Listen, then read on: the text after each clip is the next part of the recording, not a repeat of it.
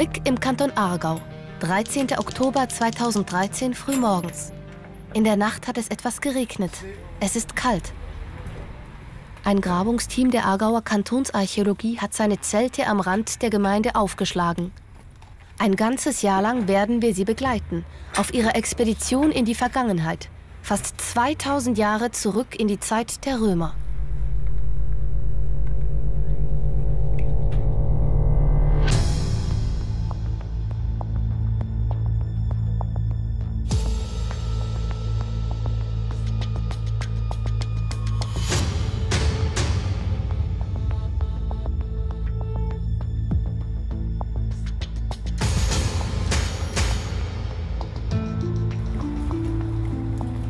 Es ist ein harter Job auf einer Ausgrabung. Archäologie ist Knochenarbeit in jeglicher Hinsicht. Nur ein Jahr hat das Team Zeit, so viel wie nur möglich über diesen Ort herauszufinden. Dann wird man hier an der Genzacker-Straße neue Häuser bauen. Ohne die Arbeit der Archäologen würden die Bagger alle Spuren der Vergangenheit zerstören. Jeden Zentimeter werden die Forscher genauestens untersuchen, damit sie auch wirklich jeden Hinweis aus der Vergangenheit entdecken. Und seien sie noch so winzig klein, die Spuren der Menschen, die hier einmal gelebt haben. Rückblick ins Jahr 117 nach Christus. Kaiser Hadrian herrscht über das mächtige Imperium Romanum. Die Römer kontrollieren halb Europa, den Nahen Osten und den Norden Afrikas. Ihre Macht festigen sie über ein einzigartiges, weit verzweigtes Straßennetz. Menschen, Waren und Informationen erreichen innerhalb weniger Tage oder Wochen ihr Ziel. Für die damalige Zeit in Hochgeschwindigkeit. Und mittendrin eine Region, die viel später einmal Schweiz heißen wird. Hier am Rhein liegt eine Stadt, Colonia Augusta Rauricorum. 15.000 Einwohner. Eine Straße führt über fast 50 Kilometer und einen Pass zu einem Militärlager. Vindonissa. Und ungefähr auf halber Strecke ein kleiner Ort. Sein Name ist heute unbekannt, aber irgendwann in der Zukunft wird man ihn Frick nennen. Doch bis es soweit ist, müssen noch viele Jahre vergehen. Heute liegen die Spuren der Römer im Erdboden unter Frick begraben. Für die Archäologen sind noch viele Fragen offen. Wie groß war die römische Siedlung? Wer hat hier gelebt? Und wie haben diese Menschen ihren Lebensunterhalt bestritten? Um diese Rätsel zu lösen, lassen sie sich so einiges einfallen. Von weit oben können sie auffällige Verfärbungen oder verdächtige Strukturen im Erdboden am besten erkennen und per Foto dokumentieren. Auf diese Weise werden die Archäologen herausfinden, was genau sich dort unten in der Römerzeit abgespielt hat. Das Team um Grabungsleiter Jakob Berlocher hat erste Erkenntnisse bereits gewonnen. Was aussieht wie ein Haufen großer Steine, sind die Reste von römischen Häusern. Der Ort ist deshalb für uns so interessant, weil wir uns hier eigentlich gerade an der Grenze von zwei Gebäuden befinden. Also ich stand jetzt genau zwischen den zwei Häusern drin und mache jetzt einen Schritt weiter und bin im nächsten Haus, das eigentlich direkt östlich von dem Graben ansetzt. Was man jetzt sehr schön sieht, sind hier die Nord-Süd orientierten Fundamente von dem westlichsten Gebäude und direkt neben ansetzend das Fundament vom zweiten Gebäude, was nur durch ein schmales Gräbli voneinander getrennt ist. Das Team hat im lehmigen Boden eine Münze entdeckt. Sie besteht aus Silber. Also das ist jetzt eine römische Münze, die man glücklicherweise direkt bestimmen, weil sie sehr gut erhalten ist. Man sieht jetzt hier auf der Rückseite die Prägung der Stier und unten dran steht Imp X, also zum 10. Mal Imperator. Und die vermutlich so 13 vor Christus datiert und die jetzt direkt aus diesem Feld stammt. Heute ist dieser Silberdenar nicht viel wert, aber für die Forscher enthält er wichtige Informationen. Also wir wissen, die Münze ist geprägt worden vom Kaiser Augustus. Dementsprechend ist die Schicht, aus der sie stammt, sicher nach dem Datum entstanden, wo die Münze geprägt worden ist. Wer diese Münze damals verloren hat, hat sich bestimmt geärgert. Immerhin wäre das für einen einfachen Handwerker der Lohn eines ganzen Tages gewesen. Also da kann man sich Brot kaufen, vielleicht irgendwie eine Kanne Wein, also so in dieser Grössenordnung.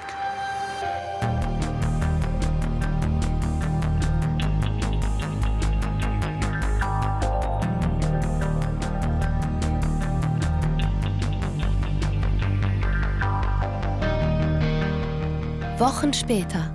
Mittlerweile ist es Frühling geworden. Auf der Ausgrabung an der Genzaker Straße hat sich viel getan.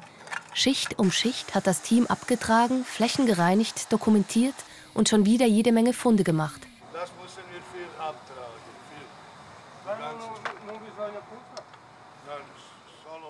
Einige werden direkt schon hier auf der Ausgrabung gereinigt. Zuständig dafür ist Elisa.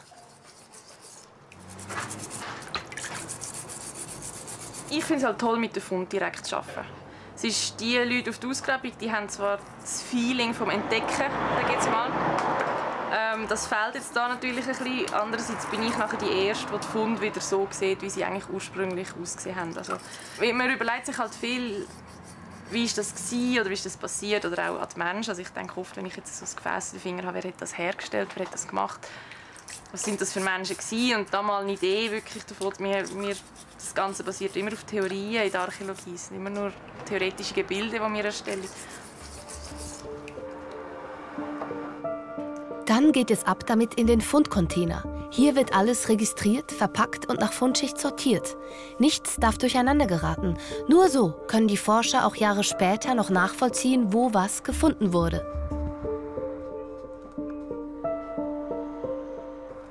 Bei den Arbeiten an den Resten der römischen Häuser ist das Team deutlich weiter.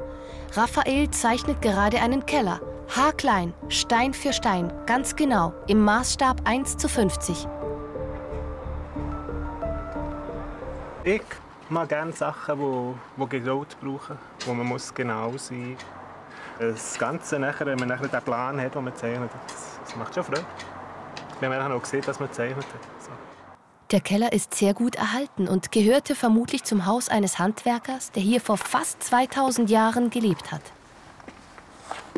Das ist die südliche Kellerwand, die eigentlich mit auch die schönste Wand ist von dem Keller. Es ist eine zweihäuptige Kellerwand.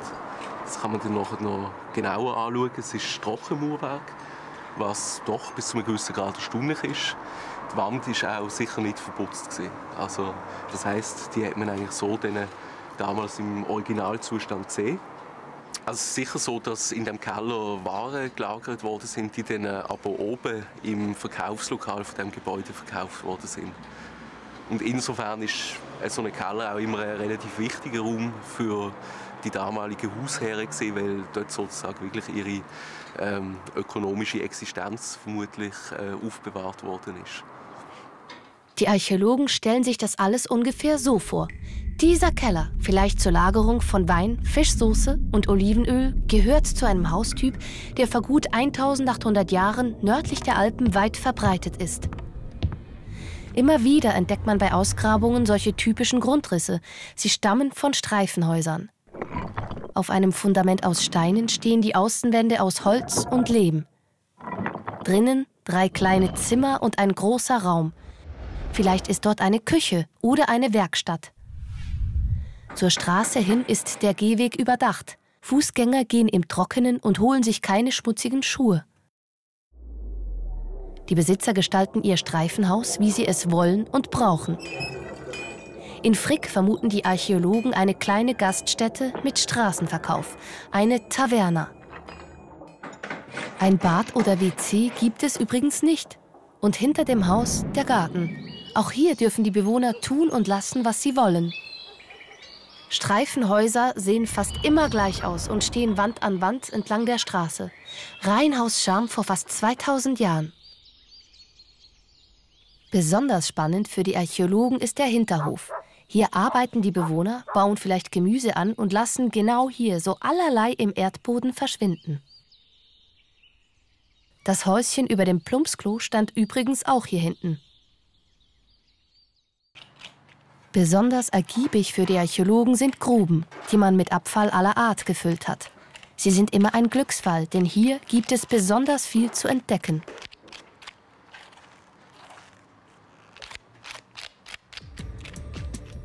Vor allem Knochen von Tieren und zerbrochenes Geschirr, das die Archäologen dann als 3D-Puzzle wieder zusammensetzen.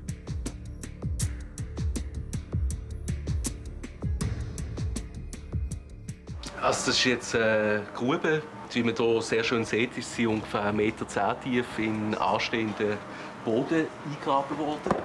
Das ist jetzt eine Auswahl an den Funden aus dieser Grube. Also hier beispielsweise praktisch komplett so eine Schüssel mit Kragenrand. Also das war Teil des römischen Geschirrs. Dann auf dieser Seite hat man den unteren Teil von so einer Tonne, also auch von einem Gefäß wahrscheinlich für Flüssigkeiten. Dann hier auch so eine Schüssel, das ist eine sogenannte Track 20. Also das ist so ein Keramiktyp, der hier relativ häufig auftritt. Und was eigentlich sehr außergewöhnlich ist das viele Glas, was in dieser Grube gefunden worden ist. Also man sieht hier, all die blauen Scherben stammen von einer Glaskanne. Was sich komplett erhalten hat, ist der Henkel. Und hier oben dann wirklich der Hals mit dem Rand von dieser Glaskanne. Dann hat es auch noch so ein Fragment von einem Schälchen aus grünem Glas. Also das ist doch so in dieser Form so gut erhalten. Ja, ein ziemlicher Glücksfall. Sogar die besten Freunde der ehemaligen Bewohner kommen im Garten des Streifenhauses wieder zum Vorschein. Elisa legt die sterblichen Reste eines kleinen Hundes frei. Insgesamt entdecken die Archäologen 6 Stück davon. Die Römer waren offenbar ausgesprochene Hundeliebhaber. Super. Da sieht man sehr schön die fast vollständige Wirbelsäule, die noch im Verband liegt. Das war eher ein kleineres Individuum, so Grösse, ein bisschen grösserer Schosshund, Grösse, ein bisschen grösserer Jack Russell. Dann haben wir hier die 2 Unterkiefer. Vom Schädel bleibt meistens nicht viel erhalten, weil das sind sehr dünne Knochenfragmente, also die vergehen sehr schnell, aber die Unterkiefer sieht man schön, da noch mit den Zähnen. Wir haben hier auch schon ein paar Stücke rausgenommen. Da sieht man zum Beispiel schön einen Eckzahn. Sehr leicht zu erkennen, jeder, der einen Hund daheim hat, kennt die, dass man auch mal einen Abdruck von denen eventuell im Arm hat oder so. Dann, ich denke, dass der natürlich Tod gestorben ist. Von dieser schönen Wirbelsäule, die man hier sieht, kann man davon ausgehen, dass der auch wirklich da so in situ liegt, also dass der so liegt, wie er eigentlich ursprünglich begraben worden ist. Das mag jetzt hier im Hinterhofbereich sein, vielleicht im Gärtchen, so wie wir es heutzutage auch noch machen. Wenn man das Haustier, wenn man an einem gehangen ist und ja, das bei sich in der Nähe begraben hat. Jakob will uns noch eine ganz besondere und bisher ziemlich seltene Entdeckung zeigen, ebenfalls im ehemaligen Garten. Das Team hat eine 3,5 Meter tiefe Grube entdeckt, eingefasst mit einer Mauer aus Kalksteinen. Ein Brunnen ist der Schacht nicht, das ist sicher. Ich nehme an, man hat Gemüse gelagert, also beispielsweise Kohl, der sich sehr gut so lagern lässt. Und dann eigentlich über den Winter durch so seine Rationen an frischem Gemüse gehabt. Regelmäßig misst er die Temperatur. 8 Grad auf der mittleren Schachthöhe. Und ganz unten, man sieht es jetzt hier ebenfalls jetzt wiederum 8 Grad. Okay. Also das heisst, die Temperaturen im Schacht sind sehr konstant. Sie schwanken so zwischen 5 und maximal 10 Grad bis jetzt. Währenddessen die Aussentemperaturen Schwankungen haben von 24 Grad. Ähnliche Verhältnisse also wie in einem modernen Kühlschrank. Durch die Tiefe des Schachts entsteht eine konstante Temperatur. Und die macht es tatsächlich möglich, dass sich Lebensmittel länger frisch halten. Gratis und emissionsfrei. Mitte Mai. Heute gehört das Grabungsareal nicht mehr dem Team allein. Luisa und Jakob haben eingeladen zum Tag der offenen Grabung. Und dafür haben sie das Grabungsgelände richtig herausgeputzt. Wer immer will, kann sich die Ausgrabung und besonders spannende Fundstücke anschauen und sich von den Experten ganz genau erklären lassen. Mit dabei sind der Kantonsarchäologe Georg Matter und der Hauptverantwortliche des Kantons Aargau für Bildung, Kultur und Sport, Regierungsrat Alex Hürzeler. Auch sie stehen Anwohnerinnen und Anwohnern Rede und Antwort. Ihr Auftrag ist es, das kulturelle Erbe des gesamten Kanton Aargau zu schützen und zu bewahren. Wer die Vergangenheit nicht kennt, seine persönliche Vergangenheit von dieser Gesellschaft, die da war, der weiß auch heute nicht, wenn es in die Zukunft geht, und er hat sicher Anhaltspunkte, wenn er die Zukunft gestalten soll. Und darum ist es auch in der Verfassung des Kantons Aargau sehr wichtig, ist festgehalten, Schutz und Erhalt von der archäologischen Fundstellen und von dieser Hinterlassenschaft. Und das tun wir auch sehr gut pflegen im Kanton Aargau in den letzten Jahrzehnten. Ohne die Arbeit der Archäologen würden einzigartige Informationsquellen womöglich für immer verschwinden. Gerade zu einer Zeit wie jetzt, da in der Schweiz viele Straßen und Häuser neu gebaut werden müssen, droht das kulturelle Erbe Schaden zu nehmen. Die Überbauung hat eine Tiefgarage. Das ist heute einfach so, das gehört heute dazu. Und das ist natürlich eine riesige Fläche, die dann letztendlich in den Boden runter, die archäologischen Strukturen zerstört. Dieses Bewusstsein wollen die Archäologen in der Bevölkerung wecken und fest verankern. Es geht schließlich um ihre eigene Kultur und damit um ihre persönliche Identität als Teil der Schweizer Geschichte. Das ist sicher ein wichtiger Teil unserer Aufgabe. Es geht darum, den Leuten Grundlagen zu geben, um darüber nachzudenken, woher sie kommen, was vor ihnen da war, warum die Welt so ist, wie sie ist, letztendlich. Und da leisten wir einen Beitrag leisten mit unserer Arbeit. Bei so viel Faszination für die Vergangenheit hätte der Chefarchäologe eigentlich gerne selbst in der Römerzeit gelebt? Nein, auch ich hätte nicht gerne in der Römerzeit gelebt. Ich glaube, wenn wir jetzt einfach 2000 Jahre zurückreisen können, wären wir wahrscheinlich relativ schnell, relativ verzweifelt als heutige Mitteleuropäer. Einfach weil die Lebensumstände halt doch härter unterm Strich waren, als sie heute sind. Aber eine solche Entscheidung kann eben nur treffen, wer sich genau darüber informiert, wie es damals wirklich war. Oh, der da ist aber nicht so ganz so groß wie der da. Ja, genau. Die Archäologen haben seltsame Trümmer entdeckt, die nicht zu den bisherigen Resten der Streifenhäuser passen. Sie müssen von einem großen, ziemlich komfortablen Gebäude stammen.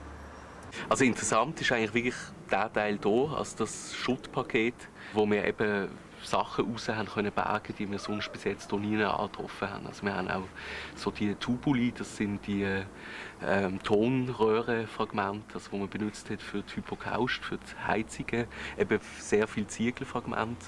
Und das sind alles so Hinweise eigentlich darauf, auf Gebäudeausstattungen, wie wir sie bis jetzt hier in unserer Grabungsfläche nicht kennt haben. Die Grundmauern vermutet Jakob auf dem Getreidefeld gegenüber. Also in dem Feld auf der anderen Seite, das wird ja vermutlich auch überbaut werden im Zuge von dieser Überbauung, die ja eigentlich im Grunde genommen unsere Grabung ausgelöst hat. Und wegen dem ist es natürlich für die Kantonsarchäologie sehr wichtig, möglichst schnell irgendwie eine Vorstellung zu bekommen, mit was man es dort zu tun hat, weil das dann auch Auswirkungen wird darauf haben, wie man das grabt und in welchem Zeitrahmen, mit wie vielen Leuten etc. Die Archäologen engagieren einen Spezialisten. Der Geologe Christian Hübner soll mit einer geomagnetischen Messung vorhersagen, ob sich auf dem verdächtigen Feld tatsächlich ein weiteres römisches Gebäude verbirgt. Das Magnetometer ermöglicht einen ersten Blick bis zu 1,5 Meter tief in den Boden hinein. Und das ganz ohne Schaufel und Bagger. Wenn jetzt eine Mauer oder eine Grube oder ein Pfostenloch im Boden drin ist, verändert sich an der Stelle ganz minimal das Magnetfeld. Und das registrieren wir.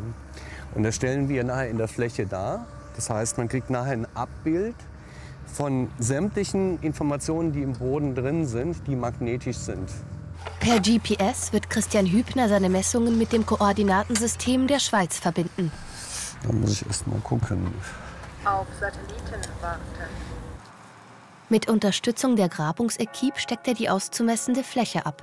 Im Abstand von genau 4 Metern legt das Team sogenannte Laufleinen aus. Daran wird sich Christian Hübner orientieren. Dann geht es los. Systematisch schreitet Christian das abgesteckte Feld entlang der Laufleinen ab. Für Geomagnetik sollte man übrigens gut zu Fuß sein, denn das Gerät misst wirklich nur dort, wo man es auch hinträgt.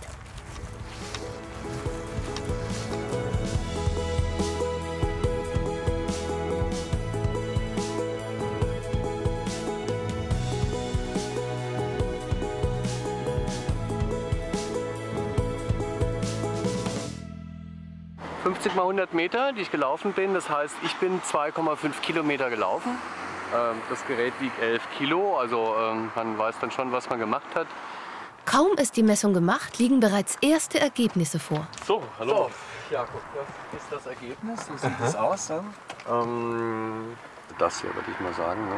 Das dürfte eine Mauer sein und hier steckt irgendwas Großes dran. Ein großes Gebäude, unter Umständen mit Hypograust. Das schaut super aus. Auf dem Bild zeichnen sich alle Strukturen ab, die sich vom restlichen Boden unterscheiden. Neben 2 besonders deutlich erkennbaren geomagnetischen Signalen von modernen Wasserleitungen entdecken die Experten neben einer langen Mauer tatsächlich die Grundrisse eines großen, womöglich römischen Gebäudes. Jakob hat eine erste Idee davon, was für ein Haus das einmal gewesen sein könnte. Also denkbar wäre beispielsweise eben so eine Mansio, also so eine Mischung aus Poststation, Karawanserei, so etwas in dieser Art. Ich bin jetzt also wirklich sehr überrascht, dass man doch so tolle Resultate jetzt hat und mehr, als ich mir gewagt hätte, zu erhoffen.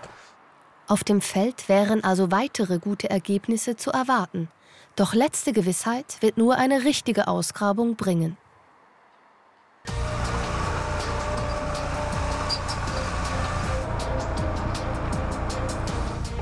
Das Team sucht eine römische Straße. Irgendwo hier sollte sie eigentlich sein.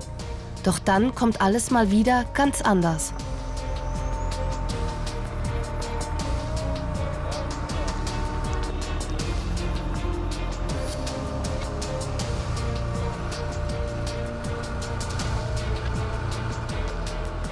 Im Aushub entdeckt Jakob Scherben, die Reste eines Grabes. Wir sehen jetzt einfach mal die Grabgrube. Sehr viel Keramik, Glas, Holzkohle. Und das müssen wir jetzt freilegen, präparieren, dann schneiden. Kann sein, dass es drinnen noch eine Urne hat oder etwas. Die Archäologen beginnen sofort damit, das Grab großflächig freizulegen. Erst dann wird man den eigentlichen Inhalt bergen.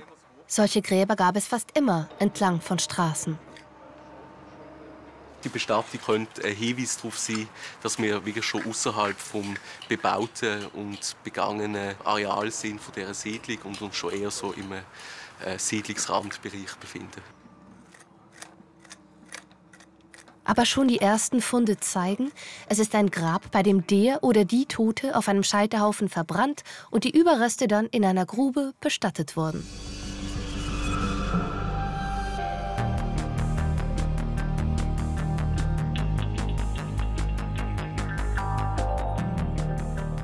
Im Sommer. Großes Kino auf der Grabung.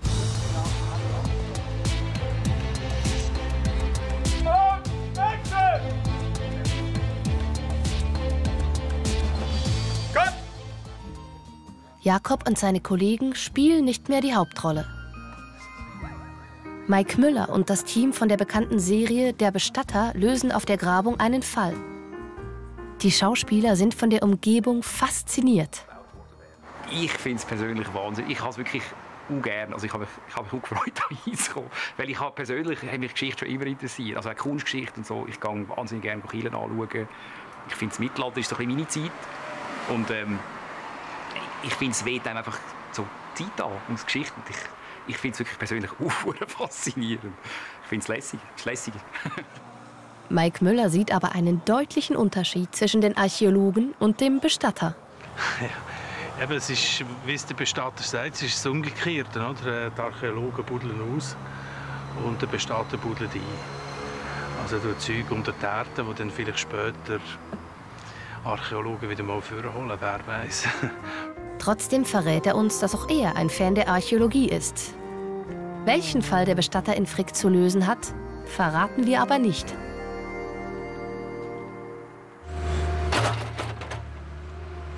Mitte September. Den Archäologen läuft die Zeit davon. Sie müssen sich beeilen, um die letzten verbliebenen Flächen auszugraben. Ziehen wir noch diesen Mogel hier weg und hier noch am Rand entlang. Gleichzeitig gilt höchste Konzentration. Denn ausgerechnet jetzt stößt das Team immer wieder auf neue Funde. Mit Hilfe eines Metalldetektors sucht Rolf Jeltsch auf den Flächen nach Gegenständen aus Metall. Bronze, Silber oder mit besonders viel Glück sogar Gold.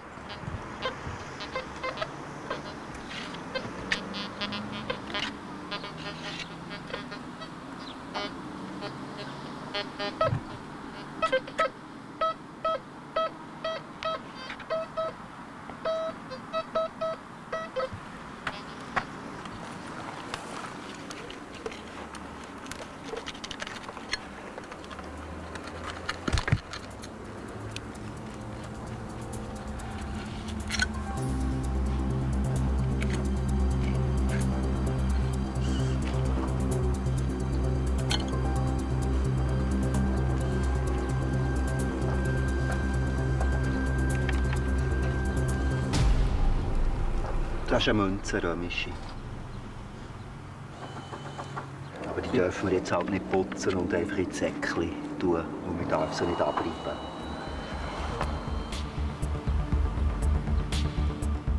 Erst nachdem die Funde gereinigt und restauriert sind, zeigt sich, wie schön solche Münzen und Schmuckstücke wie diese sogenannten Fibeln eigentlich sind.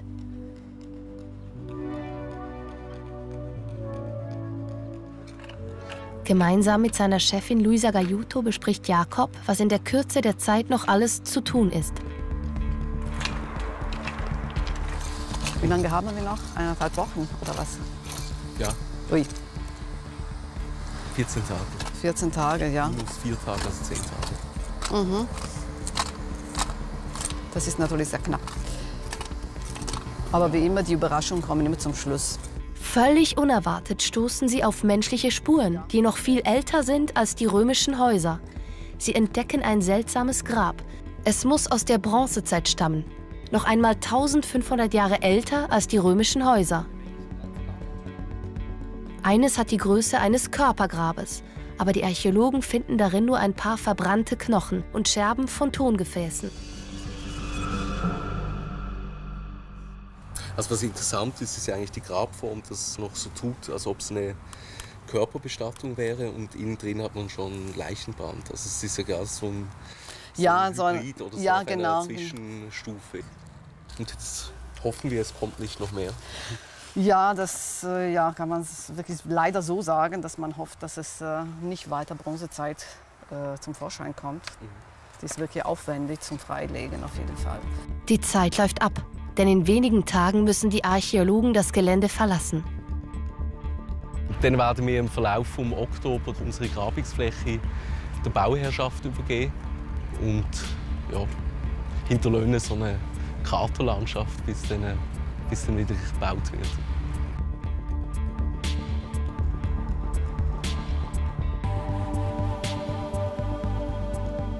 Aber Frick wird wieder neue Häuser bauen. Und dann werden die Archäologen, wenn möglich, zurückkehren und nach weiteren Resten suchen. Und die Zeit wird weitergehen. Und auch wir werden jeden Tag unsere eigenen Spuren anlegen. Mit unseren Häusern, unseren Straßen, Abfall und Gräbern.